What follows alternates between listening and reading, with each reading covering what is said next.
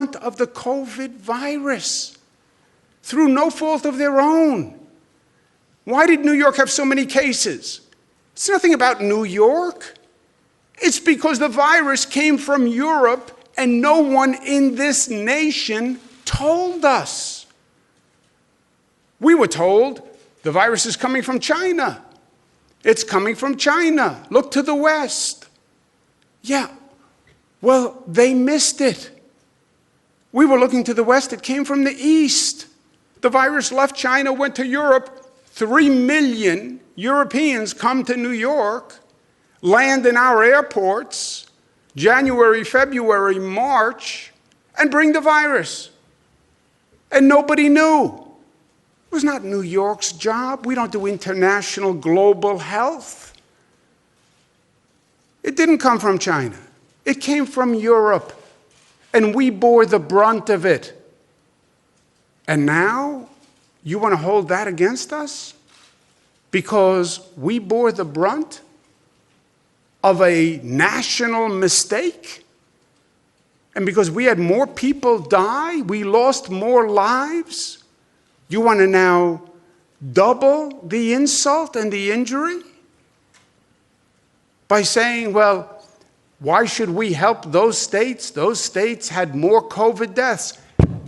That's why you're supposed to help those states. Because they did have more COVID deaths. And this is the United States. And when one state has a problem, the other states help. I was in the federal government for 8 years. When Los Angeles had earthquakes, we helped. When the Midwest had the Red River floods, we helped. When Florida had Hurricane Andrew, we helped. When Texas had floods, we helped. When Louisiana had Hurricane Katrina, we helped. We didn't say, well, that's Louisiana's fault. They had the hurricane. Well, that's Texas's fault. They had the floods. It was nobody's fault. And we were there to help because that's who we are. And that's what we believe. What happened to that American spirit? What happened to that concept of mutuality? You know, there is still a simple premise that you can't find in a book, and Washington hasn't written regulations for, called doing the right thing. There's still a right thing in life. The right thing you feel inside you. The right thing is a calibration of your principle and your belief and your soul and your heart and your spirit. And we do the right thing in this country. Not because a law says do the right thing, but because we believe in doing the right thing. As individuals, as people, we believe doing right by each other, by living your life by a code where you believe you are living it in an honorable way, acting on principle, and you're doing the right thing. Why can't the government, why can't the Congress reflect the right thing principle that Americans live their life by? Pass a piece of legislation that is honorable and decent and does the right thing for all Americans. Why is that so hard? And if you want to talk about reopening the economy, then do it in a productive way. People think this economy is just going to bounce back. I don't think it's going to bounce back. I think it's going to bounce back for some. And I think there's going to be collateral damage of others. We already know that tens of thousands of small businesses closed and probably won't come back. We already know that the large corporations are going to lay off thousands and thousands of workers, and they're going to use this pandemic as an excuse to get lean, to restructure, and they're going to boost their profits by reducing their payroll. We know it. We've been there before. We saw this in the 2008 mortgage crisis, where the government bailed them out, the big banks that created the problem, and they used the money to pay themselves bonuses and they laid off their workers. They're going to do the same thing again. That's why I proposed the Americans First legislation that said a corporation can't get a dime of government bailout unless they rehire the same number of workers they had pre-pandemic as post. Don't take a gift from the taxpayer and then lay off Americans who are going to then file for uninsurance paid for by the taxpayers. Don't do that again. And if you want to be smart, we know that there's work to do in this nation. We've known it for years. You can fill a library with a number of books on the infrastructure and the decay of our infrastructure and how many roads and bridges have to be repaired, how this nation is grossly outpaced by nations across the world in terms of infrastructure and airports and development. Now is the time to stimulate the economy by doing that construction and doing that growth. You want to supercharge the reopening? That's how you do it. Then this nation was smart enough to do it before. We did it in the midst of the Great Depression. We created 8 million jobs. We built an infrastructure that we're still living on today. We're still living on the infrastructure built by our grandparents, not even our parents. What are we going to leave our children? And now is the time to do it. We have major infrastructure projects in New York that are ready to go, that are desperately needed, that were desperately needed 30 years ago. Build them now. Supercharge the reopening, grow the economy. That's what we would do if we were smart. You're not going to have a supercharged economy. You're not going to see this nation get up and start running again unless we do it together. That's states working with other states. That's a federal government that stands up and puts everything else aside. They were elected to provide good government. Nobody elected anyone to engage in partisan politics. There was a time when, as a nation, we were smart enough to say, you want to play politics? That's what a campaign is for. Run your campaign against your opponent, say all sorts of crazy things. That's crazy campaign time. But when government starts, stop the politics and do what's right and smart. Don't play your politics at the expense of the citizens you represent. There is no good government concept anymore.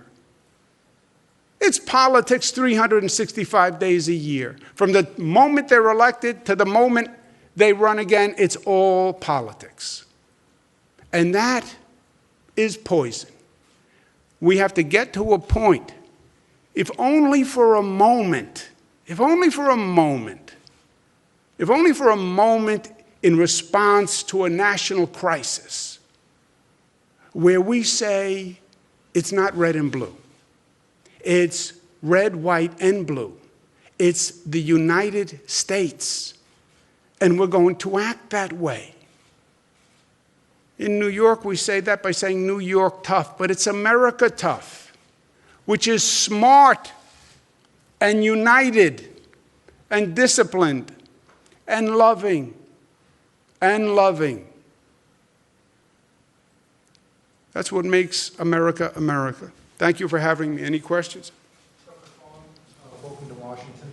You met with the president, obviously, and I was wondering, you were talking about stopping the politics. There are obviously a lot of political issues between you and the president, in particular the Gateway Project or New Yorkers Untrusted Traveler. I was wondering if you spoke about that and what his reaction was to what you originally classified as politically motivated actions. Yeah, there are political differences between myself and the president. He'll say it. I will say it.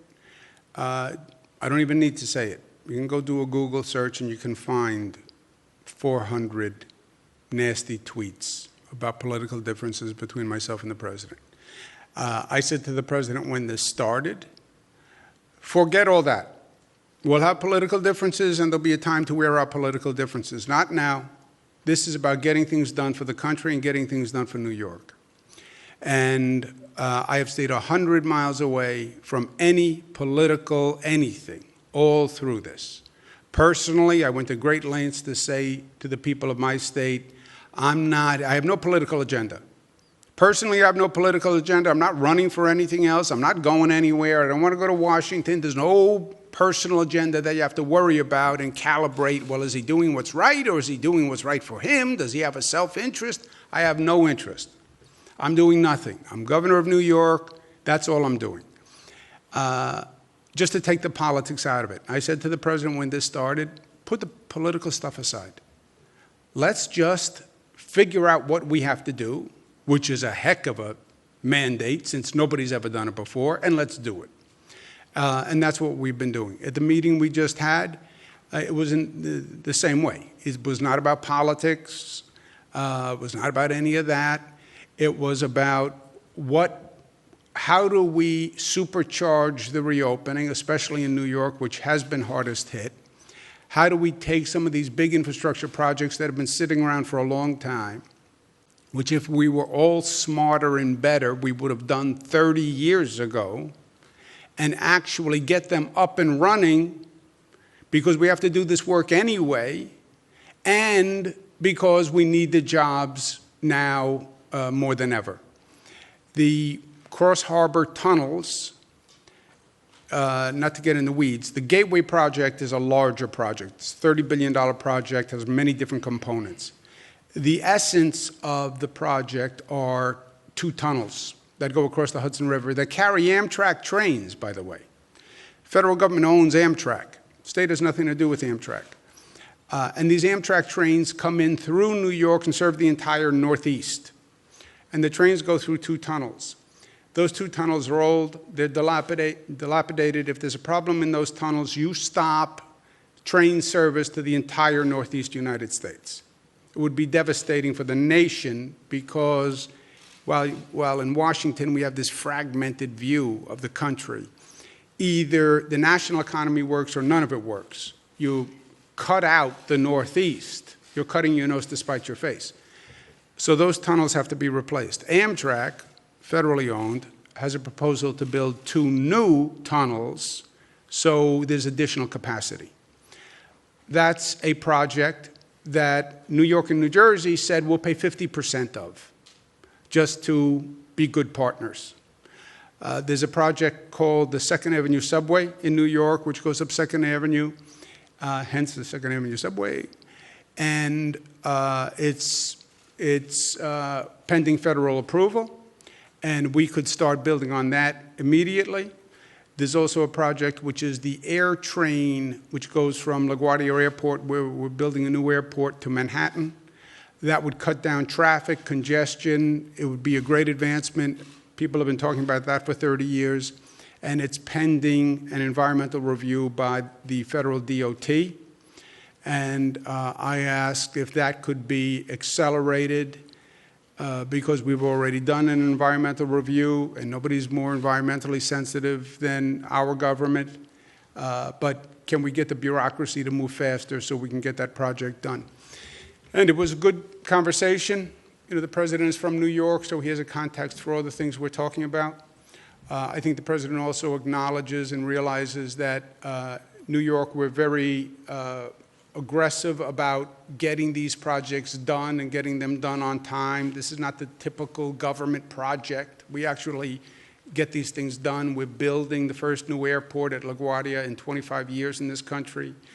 We built the largest infrastructure project in the United States, which was a bridge that went across the Hudson River, now named the Mario Cuomo Bridge. It was the largest infrastructure project in the United States. We got it done on time, on budget. So if he gives us the green light, this is not going to be years of discussion.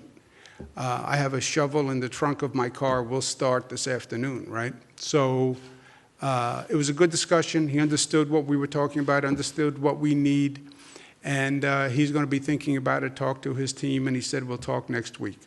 And trusted traveler programs for the Trusted traveler program did not come up. Trusted traveler program I believe was arbitrary by the federal government. I believe it was actually retaliatory by Department of Homeland Security. They want access to our driver's license data to give to ICE for purposes of deportation. We said we wouldn't give it to them. We would give it to the FBI for law enforcement, but not for deportation. And they then turned around and ended this trusted traveler program, which is the exact opposite. These are people who get high-level security clearance, so you don't have to stop at the border check when you come in at an airport. You just show your card. It eases the burden at the airport. It's better for the officials at the airport. And the people who sit with Homeland Security and give all the documentation and get this special clearance. But they ended that, I believe, in retaliation, and that's nowhere. You want to add something?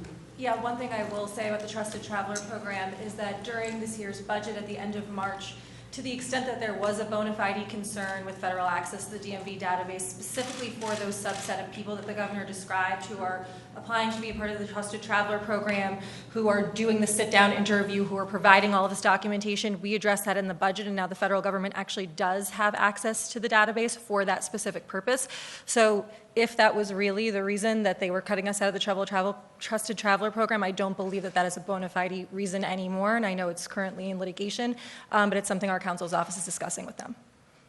Sir? Governor Cuomo, on the issue of state and local governments, the House-passed HEROES Act did include some funding to address that issue. Obviously, you know, we're held up in the Republican-controlled Senate. I'm just curious your message on that to Republicans. I know you went over that a little bit, but can you expand on that? And then number two, have you brought this up with President Trump, and what was the meeting like in terms of, you know, the aid for state and local governments? Yeah. Look, as I said, I was in Washington for 8 years. I understand the politics, the good, the bad, and the ugly. I've seen it. I get it. You're right. The House bill has funding for state and local government. And you heard my comments. I know what the Republican senators are saying. And first of all, it's a lie. It's a lie. I know that's a strong word. It's a lie. But they're lying. When Senator McConnell says, and Senator Scott says, and Laffer says, why should we give New York, California more money? That's a lie. They know that they take more money. Senator McConnell has his hand out in the Senate, and he receives more money for his state than he puts in. He raised this topic, not me. He made it personal, not me. I represent the people of the state of New York. That's what I get paid to do. When he makes it personal to New York, when they make it personal to New York, and they're lying, I'm going to point it out. They get more money every year. Why should my state give a handout to Senator McConnell every year? Why should my state give a handout to Senator Scott every year? Why do they have their handout every year? They're against redistribution of wealth. That's what they'll all say. I'm against redistribution. Yeah, you're against redistribution unless you're taking money. Then it's fine. It's not redistribution when you're taking money. Yeah, I know. How convenient that is, right?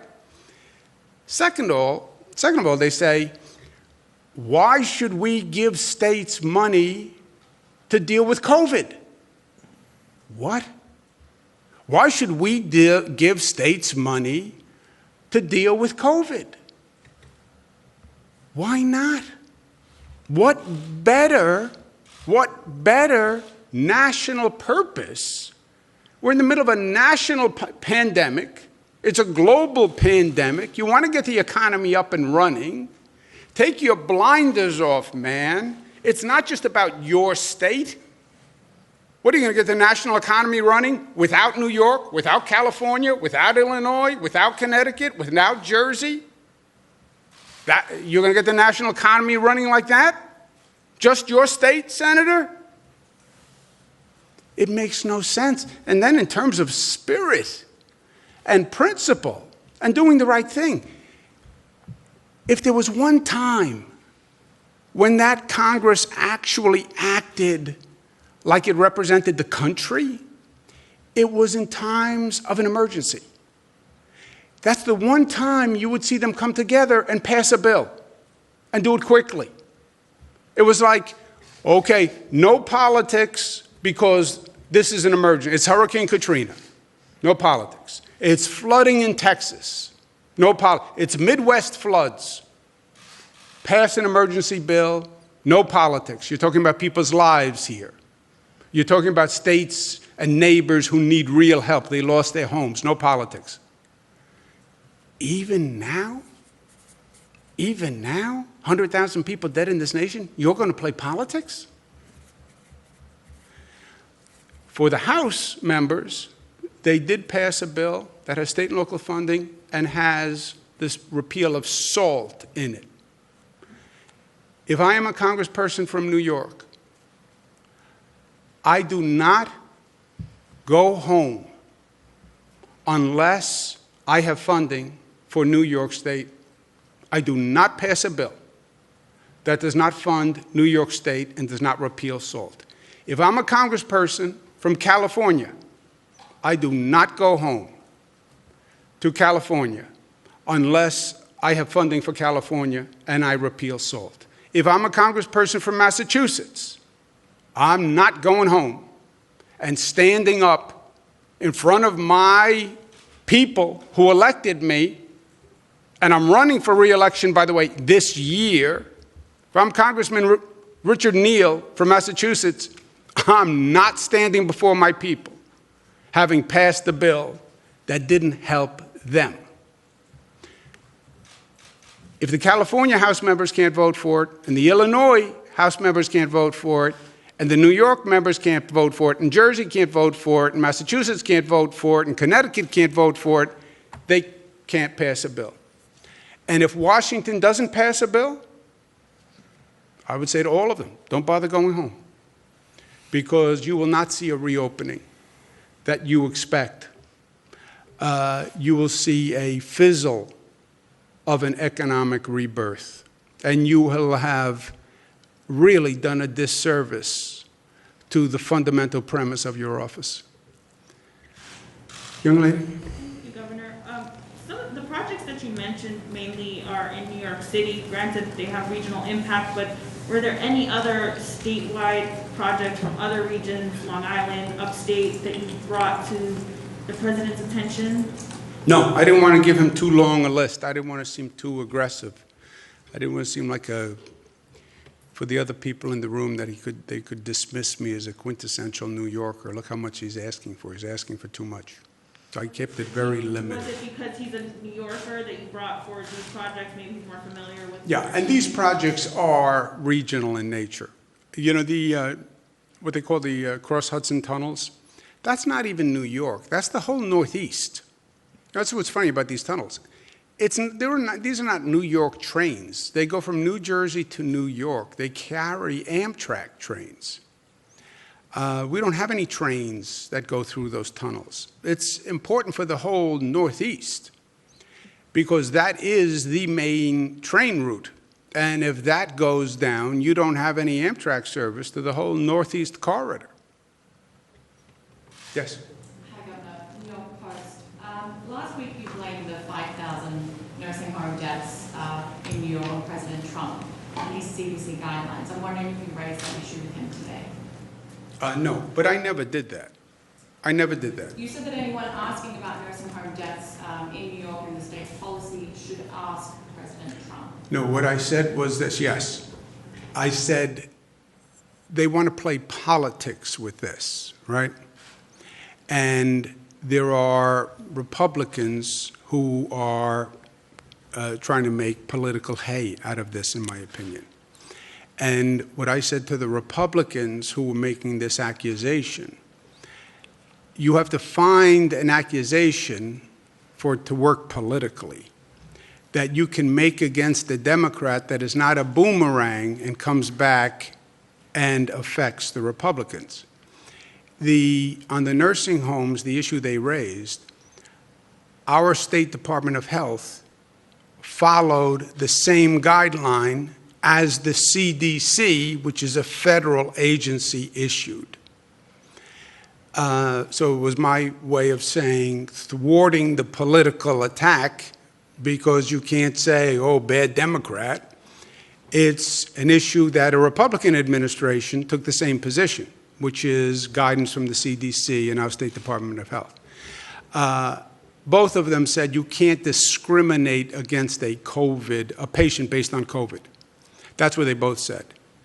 But that was just on that specific. In general, you look at how New York did, we're in Washington, you look how New York did on nursing homes vis-a-vis the nation. We did better than 33 states in the nation per capita on nursing homes. Nursing homes happen to be the place where this virus ravages. But if you look at, despite the fact that we had the greatest number of cases, and we were in the eye of the storm, you look at us vis-a-vis the country, where we did better than 33 other states. Then those are just facts. But I never blamed him for anything. I was just saying to the Republicans, you can't, that's not a political attack when the Republican administration had the guidance that did the same thing. Is that factually correct? Yes, that's factually correct. The CDC and CMS put out guidelines on March 13th that DOH drew directly from for the March 25th directive. So it's directly in line with the Center for Disease Control. And we believe that in the middle of a pandemic, you should be looking to the national experts for advice because, as the governor said, no one has ever been here before. And this has been a national and international tragedy as it relates to group homes with nursing homes, and everyone's trying to learn from it. Now that we've got the increased testing capacity, New York's leading the nation, mandating 2 tests a week for all nursing home staff. There's actually a very strong theory out there that the way that that the virus got into these nursing homes is through staff members who are asymptomatic. We now know at least 35% of the public that has coronavirus is asymptomatic. So while we did move to temperature checks very early in March, and a lot of the country did that as well, as it turns out, it may not have made a difference because there were so many people walking around who had COVID who didn't know that they had COVID. Yeah, and the context for what I said was I said it to a Post reporter because, look, I can say all I want, stay away from politics. We're in an election year, and politics is in the air. And there are columnists who made this point at the Post who are 100% supportive of Donald Trump, and that's fine, but then believe, we have to kill all Democrats. So I get it. I understand it. And they're open in their support of the Trump administration. And I guess their attitude is to be pro-Donald Trump. You have to be anti-Democrat, which I don't really understand. Be pro-Donald Trump. As a reporter who's not politically aligned, I just wanted to ask you, though, your government didn't follow CDC guidance on everything. So I'm wondering, as governor, would it have been within your power not to follow the CDC guidelines on putting infected people back into nursing homes? What didn't we follow CDC guidance on? Would it have been in your power? We didn't. There's nothing that we didn't follow CDC guidance on. Every step of the way in every aspect of this, we looked to the experts at the CDC for how to manage this crisis. And I believe that that's what the states should do. You look to the Center of Disease Control. This is non-political. This is not partisan. This is public health. We deferred to our public health experts. They deferred to the national experts. And again, this is a national and international crisis as it relates to issues in group homes, especially where the elderly are. And everyone is doing their best to learn from what we've done so far, understanding there's likely another wave coming into the fall, and guard against it happening again. Yeah. No, when you said we haven't followed CDC guidance on other issues, I don't believe you're right. That's why I asked you what other issue? I'm just asking, Governor, if it's in your power to not follow CDC guidelines on this, if you could have actually stopped putting infected patients back into nursing homes? Would that have been within your power? I've always followed CDC guidance, and I think it makes sense. And by the way, I think the rule that you can't discriminate against the COVID patient is right. That doesn't mean the nursing home has to accept a COVID positive patient. They conflate those two things. I understand because politically facts don't matter, just you're making a political argument. But because you can't discriminate doesn't mean you have to accept. Actually, the law is the opposite. You cannot accept a patient at a nursing home unless you can fully and adequately treat that patient. So you can't accept a COVID patient, COVID positive patient, unless you can isolate and quarantine and have the staff. Unless you can do all that, you cannot accept that person. And the nursing home, the obligation is on the nursing home to say, I can't take a COVID positive person. I'm too crowded, I'm too busy, I don't have enough PPE, whatever the answer is, doesn't even matter. It's, if they say I can't take the person, they can't take the person. So that's how it works. Doesn't mean they discriminate against the COVID positive person. They just say, I can't handle the person. I can't quarantine. I don't have a big enough facility. Whatever they want to say. Let's take one more. Sorry, sir. Thank you, Governor. Griff Whitty with the No. Washington Post. Based on your conversation today with the President, would you say that he is aligned with Senators McConnell and Scott in seeing the idea of federal aid to states such as yours as a blue state bailout, or does he take a different view than they do? I think the President is focused on the reopening, on stimulating the economy and getting the economy back. I think that's his focus. I think that's the correct focus. I think he understands that these are projects that need to be done. Look, when he ran for president, he spoke about a $1 trillion infrastructure program. That's what he spoke about. He's a builder. He's a developer, right? He gets it. And he believes in construction and development. It's been his career. And I think that's why he talked about it in the campaign. It just never happened. And it's not just him, by the way.